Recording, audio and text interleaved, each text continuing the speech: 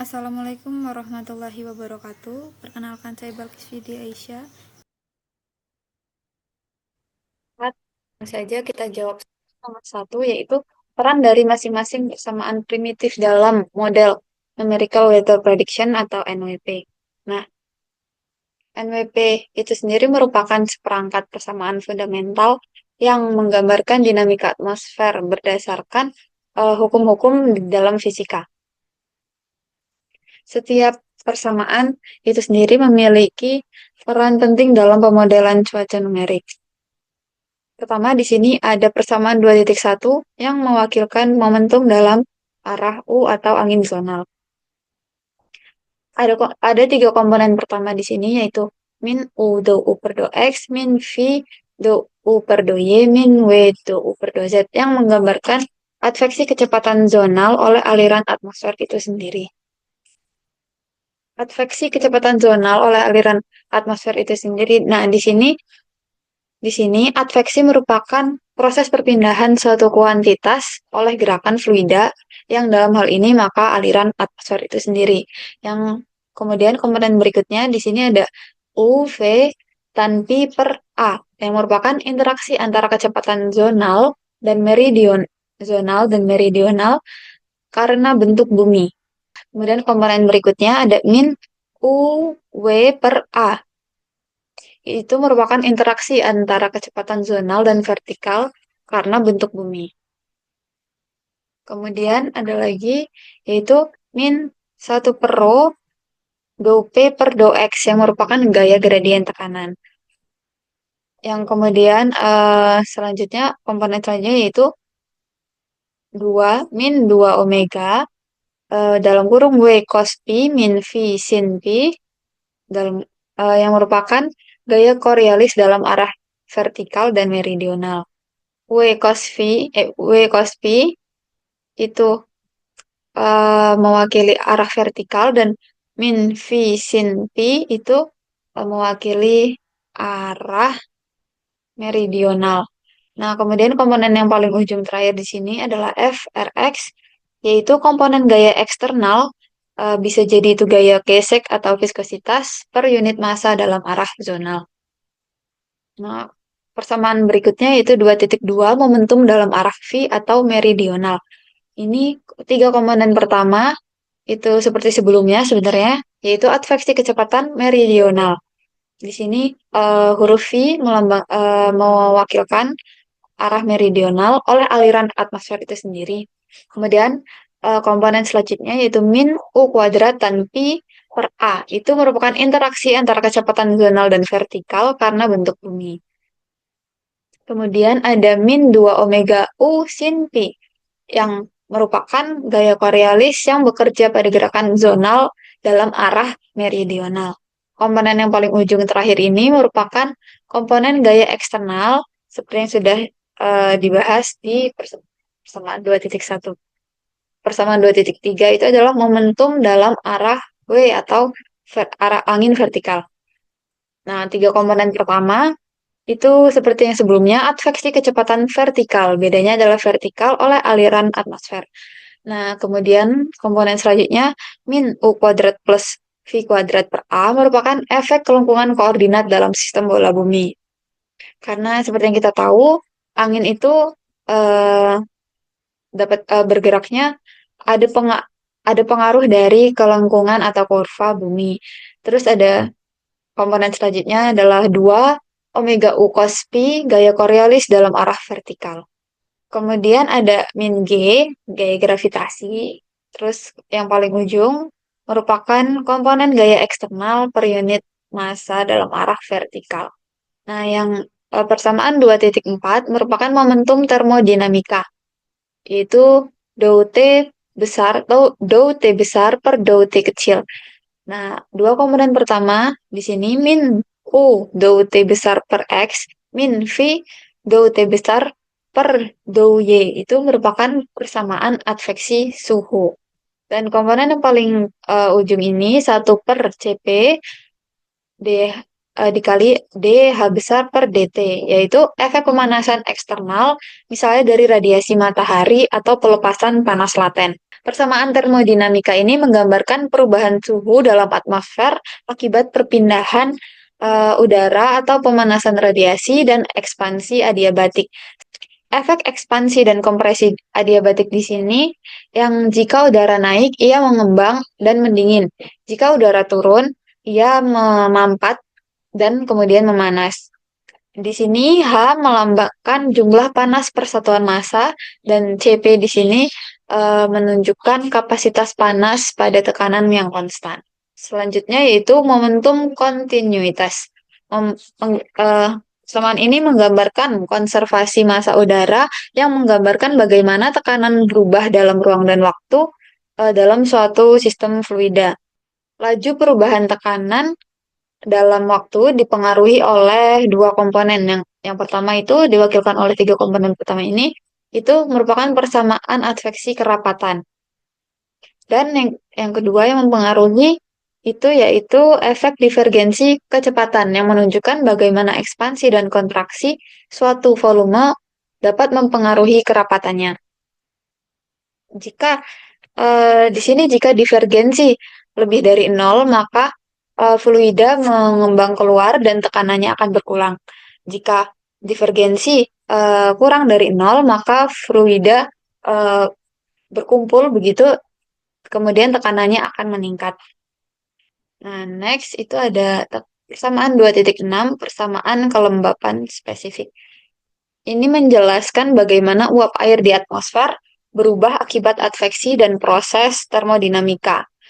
Nah, tiga suku pertama di sebelah ini menunjukkan adveksi kelembapan, yaitu transportasi kelembapan dalam arah zonal, ini X, arah meridional, Y, dan arah vertikal, atau Z.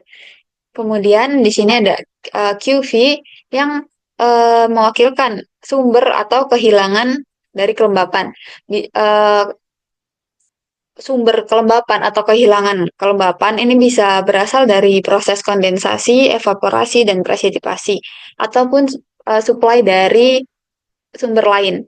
Nah, jika kelembapan bertambah karena penguapan atau pelepasan dari tanah, maka QV akan menjadi positif. Namun, jika kelembapan berkurang akibat dari kondensasi atau presipitasi misalnya, maka QV menjadi negatif. Persamaan terakhir, 2.7 merupakan persamaan yang cukup familiar, yaitu persamaan gas ideal. P sama dengan rho RT. Di sini menghubungkan tekanan, kepadatan, dan suhu udara menggunakan hukum gas ideal. P itu tekanan udara, rho kerapatan udara, R konstanta gas untuk udara kering, dan T suhu udara dalam Kelvin. Kemudian untuk menjawab nomor 2, pertama kita turunkan do T besar per do T kecil, yaitu TI pangkat N plus 1 dikurangi TI pangkat N per delta T, dan kita turunkan juga do kuadrat T besar per AX kuadrat. Kemudian hasil itu disubstitusikan ke dalam pertanyaan di poin A.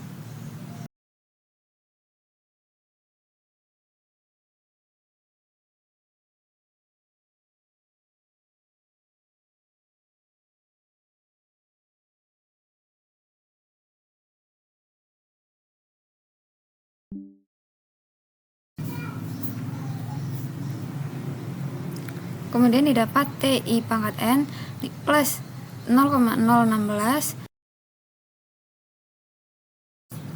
dikali TI plus 1 pangkat N dikurangi 2 TI pangkat N ditambah TI min 1 pangkat N. Untuk soal nomor 2, terdapat initial condition yaitu TI X, 0 sama dengan 100X untuk X 0 sampai 1 dan TI X, 0 sama dengan 102 min X untuk X 1 sampai 2.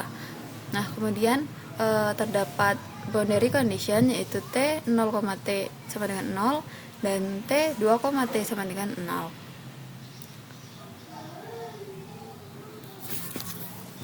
Kemudian tentukan nilai saat X, T sama dengan 1,0,05.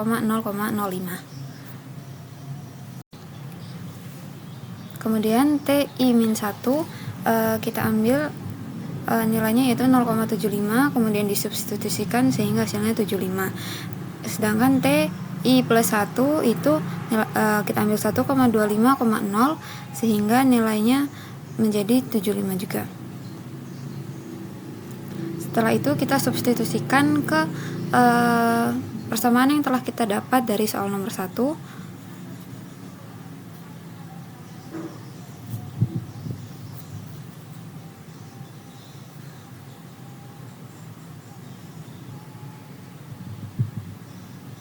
Kemudian didapat TI sama dengan 100 ditambah 0,016 kali 75 dikurang 2 kali 100 tambah 75 sehingga nilainya menjadi 99,2.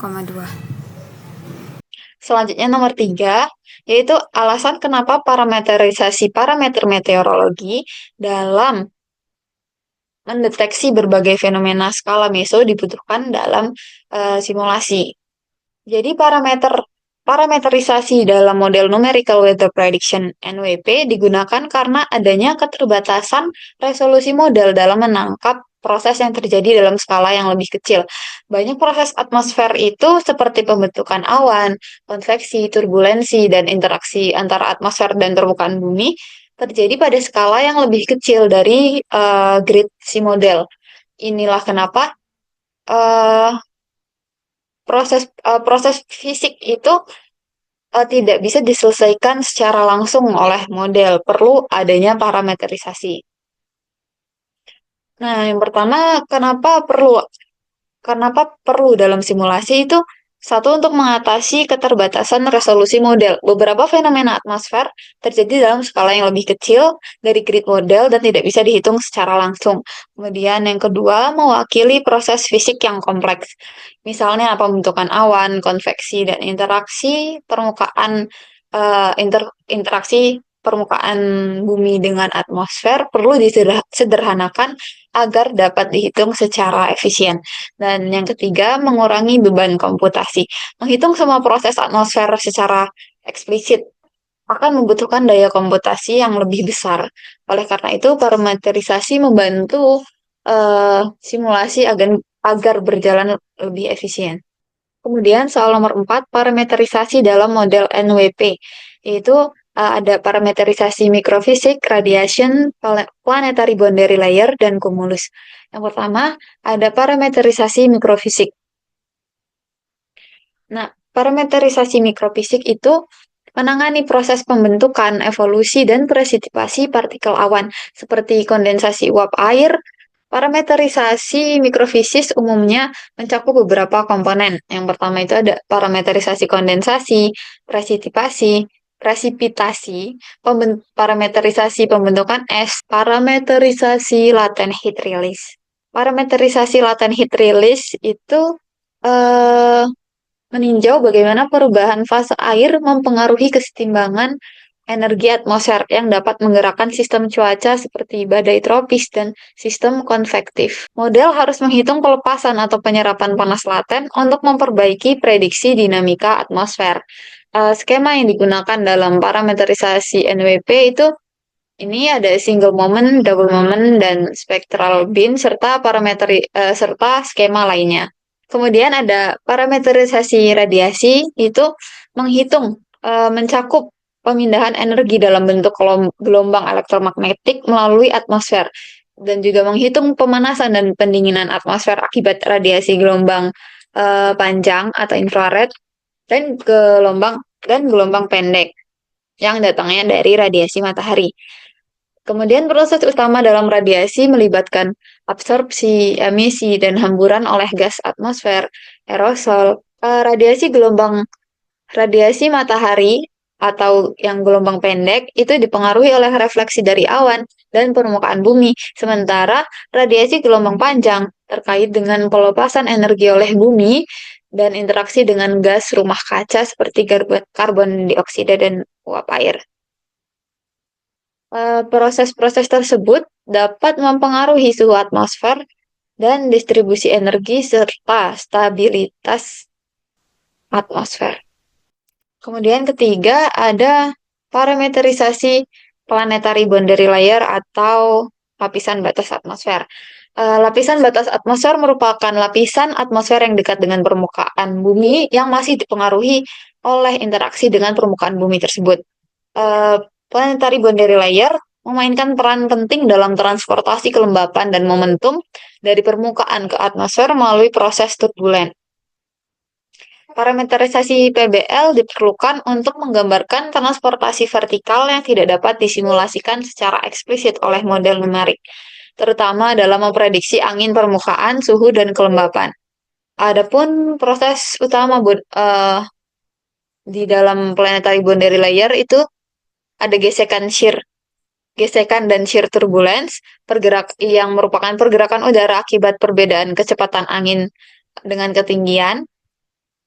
Kemudian ada konveksi thermal, kemudian ada radiative cooling, pendinginan permukaan bumi pada malam hari yang menyebabkan atmosfer menjadi lebih stabil. Kemudian ada flux momentum dan panas, itu pertukaran energi antara permukaan dan atmosfer melalui turbulensi. Nah, skema-skema yang digunakan itu ada lokal dan non-lokal.